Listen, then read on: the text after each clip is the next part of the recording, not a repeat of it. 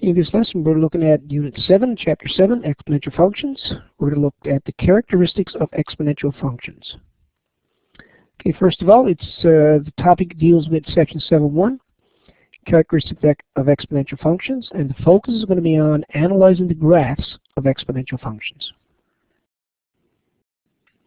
Okay, first of all, exponential functions. The graph of an exponential function, such as y equals c to the power of x, is increasing for values of c greater than 1 and is decreasing for values of c between 0 and 1.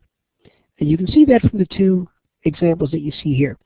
This is an increasing function or a growth function. This is a decreasing function or a decay function. Whenever you see an increasing function such as this, the equation is of the form y equals c to the power of x, where c is greater than 1. In this case, y is equal to c to the power of x, but c is between 0 and 1. So you should recall that from your work in Chapter 7. If c is equal to 1, it's neither an increasing or decreasing function. From the graph, you can determine the characteristics such as domain, range, any intercepts, and any asymptotes. And that's what we're going to focus on in this lesson, is being able to determine these characteristics from either increasing functions or decreasing functions.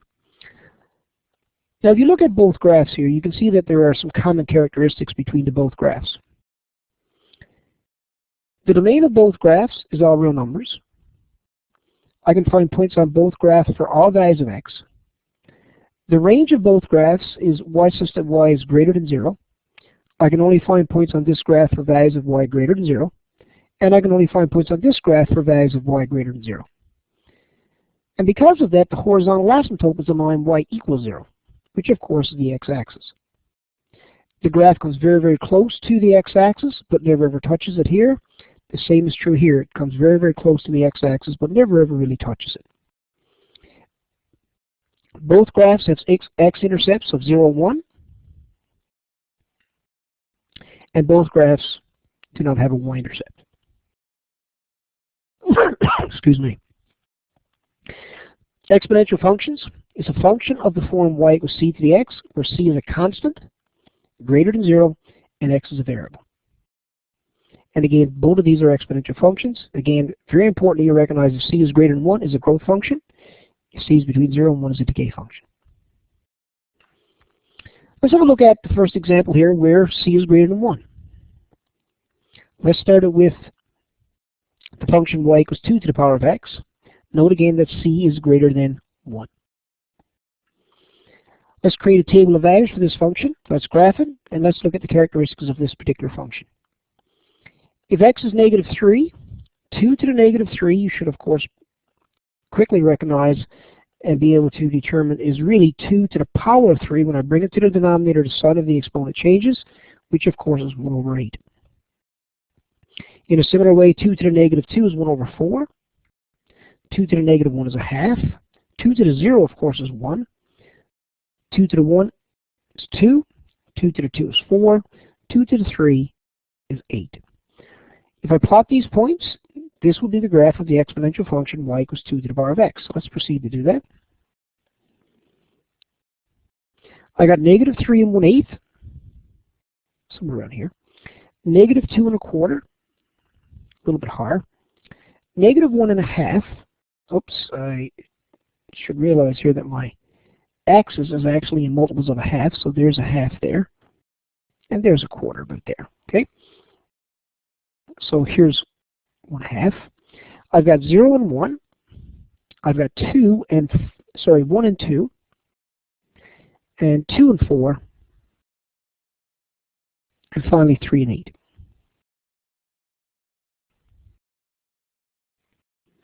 When I jot up these points, this will represent the graph of the function y equals 2 to the power of x. And you should recall that from your previous work, and you can see that I actually missed my point here, but you get the idea of what it should look like. You should recall from what we just said that, notice that because c is greater than 1, it should be a growth function. This is exactly what's happening here. And we recognize it as a growth function or an increasing function because as the values of x increase, the values of y are increasing. That's why we determine whether or not it's an increasing or decreasing function. As the values of x increase,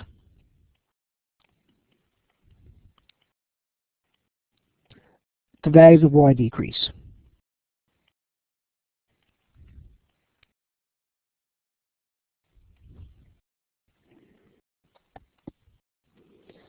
Okay, let's see if we can answer some other questions here. The domain and range of this function. The domain, you can see, is going to be all real numbers,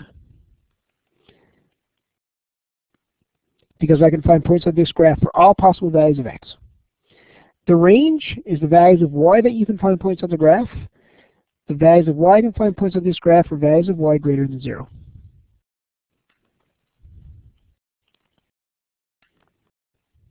X and y intercepts again. The x-intercept, you can see that there are none. And the y-intercept is the point x is 0, y is 1. X-intercept none, y-intercept 1. I just want to quickly check back on my last page here to make sure that it's exactly what I had written on the last page here. Actually, that's why I checked, because I think I made an error here. This should actually read, let me fix that, and I'm sure some of you picked up on that are listening to the recording here, but this should actually read the y-intercept, is 0, 1, and there is no x-intercept. Sorry for that error. And I just realized that when I did this example here. Okay, so we've got that corrected. We've already answered C part, whether or not it's an increasing or decreasing function. We said that it's an increasing function because as the values of x increase, the values of y also increase. And I wrote decrease, and that's 2 errors this evening. That's not good. As the values of x increase, the values of y also increase. That's why it's a increasing function. So here's A, here's B, we got C done, and again, the horizontal asymptote, let's see if I can get this right without making an error. Horizontal asymptote is the x-axis, which is the line y equals 0. That's that line right there, and that is my horizontal asymptote. Okay, now that we've got our errors corrected, let's move on. Let's look at another example whereby the value of c is between 0 and 1. So if you look at the exponential function, again, y is equal to c to the power of x. That's how we define an exponential function. Now we're looking at an example where c is between 0 and 1. Let's plot the points first of all. 1/2 to the power of x. I'll just do an example of the negative exponents so that we understand where we get the values to. That's 1/2 to the negative 3. The way I do this is I take my exponent raised to the negative 3. I take my denominator raised to the negative 3. And I take the reciprocal of both. And as soon as I take the reciprocal of both, the sign of the exponents will change. So 2 cubed is 8 over 1, which of course is 8. In a similar way, if I do 1/2 to the negative 2, I will get 4. 1/2 to the negative 1, I will get 2. 1/2 to the 0 is 1. 1/2 to the 1 is 1/2. 1/2 to the 2, of course, is 1/4. And 1/2 to the 3 is 1/8. Let's plot these points now. Negative 3 and 8. Negative 2 and 4. Negative 1 and 2. 0 and 1. 1 and 1/2.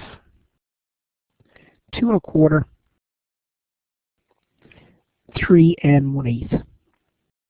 And again, if we join up the points, you can see that the graph is indeed in the shape of an exponential function. It takes this special shape that all exponential graphs take. And it looks like this. Now let's answer our questions again. The domain and range. The domain of this graph is again our real numbers. I can find points on that graph for every possible value of x. The range is the values of y that you can find points on the graph. I can only find points on this graph for values of y greater than 0. B part, x and y intercepts.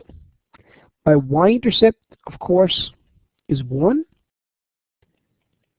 My x-intercept, again, there is none. Notice that these characteristics are the same for this graph as they were for the last graph. However, this characteristic is different. Is it an increasing or decreasing function? This function is of a decreasing nature Because as the values of x increase,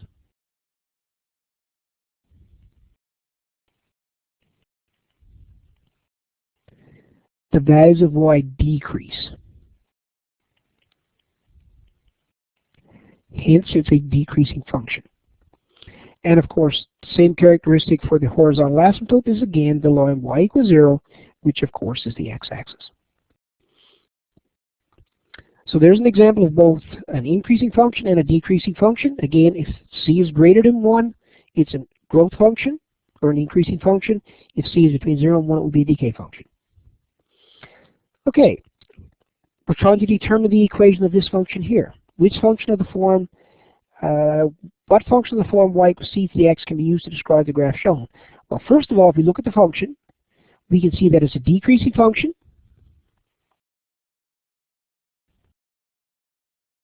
because of its shape. As the values of x increase, the values of y are decreasing, so it's a decreasing function.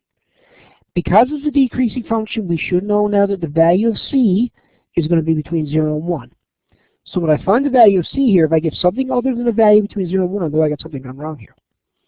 Now, in order to determine the value of c, what I'm simply going to do is choose a value or a point on the graph, plug it in, and see if that can help me determine the value of c. Let's take the point -1 and 4. X is -1 when y is 4. 4 equals c to the -1. X is -1 when y is 4.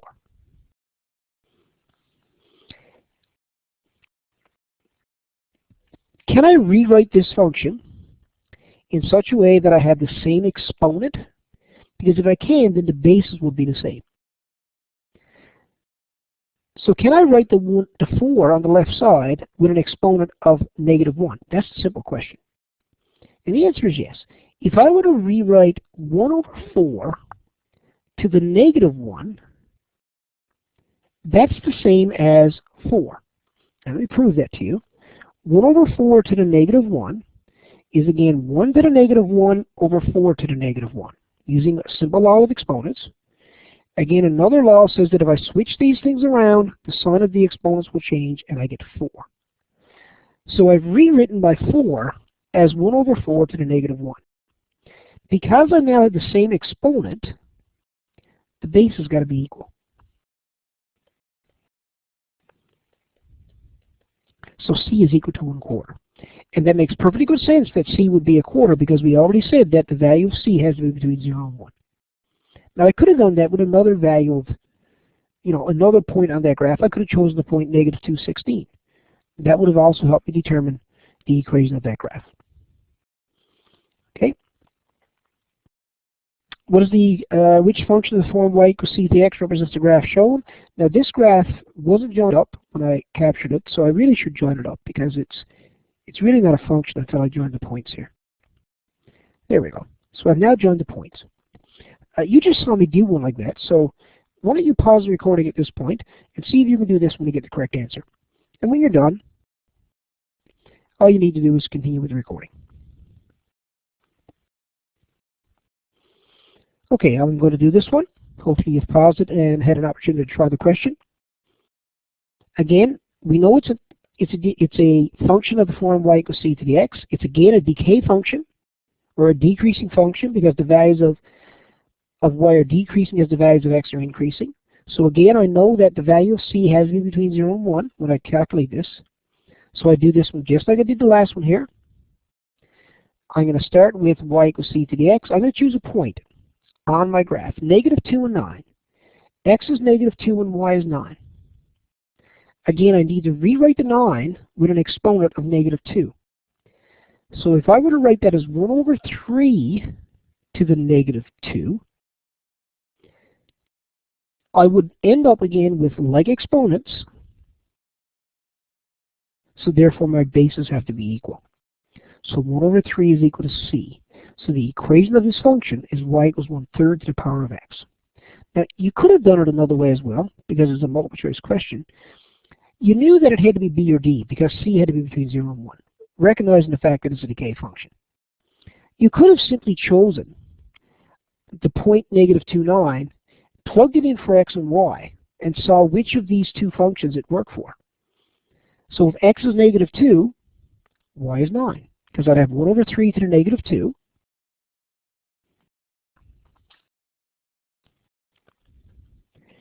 So I plugged in x is negative 2, and that would give me 1 to the negative 2 over 3 to the negative 2. When I, again, take the reciprocal, the sign of the exponents to change, and I get y equals 9. So I plugged in negative 2, and I found y to be 9. So that point is on that graph. So that would tell me as well that the answer is B.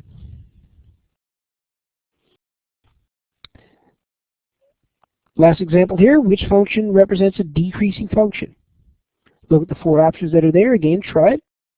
See if you can get the correct answer here before I do it.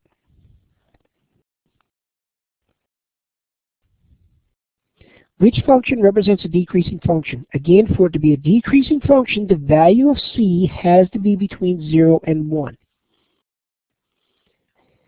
Your value of c here is 1.5. That is a growth function, or an increasing function. I oftentimes call it a growth function, same thing. Here the value of c is 2 over 3. c is indeed between 0 and 1. That's the correct answer. This example, c is equal to 1. It has to be between 0 and 1, not equal to 1. And of course, right here, c again is greater than 1. c is equal to 4. Not the correct answer. A decreasing function has a value of c between 0 and 1. Correct answer is B. And here again are the key ideas for this particular lesson. This will conclude the lesson here. An exponential function of the form y equals c to the x, where c is greater than 0, is increasing if c is greater than 1, is decreasing if c is between 0 and 1, and here again are a couple of examples: increasing function, decreasing function. It's neither increasing nor decreasing if c is equal to 1. It has to be greater than 1, between 0 and 1, but not equal to 1. Every one of these graphs all have a domain which is the same, all real numbers. It has a range greater than 0. They all have a y-intercept of 1. They all have no x-intercepts, and they all have a horizontal asymptote of y equals 0. So these are the characteristics of both types of exponential functions. And that concludes the lesson.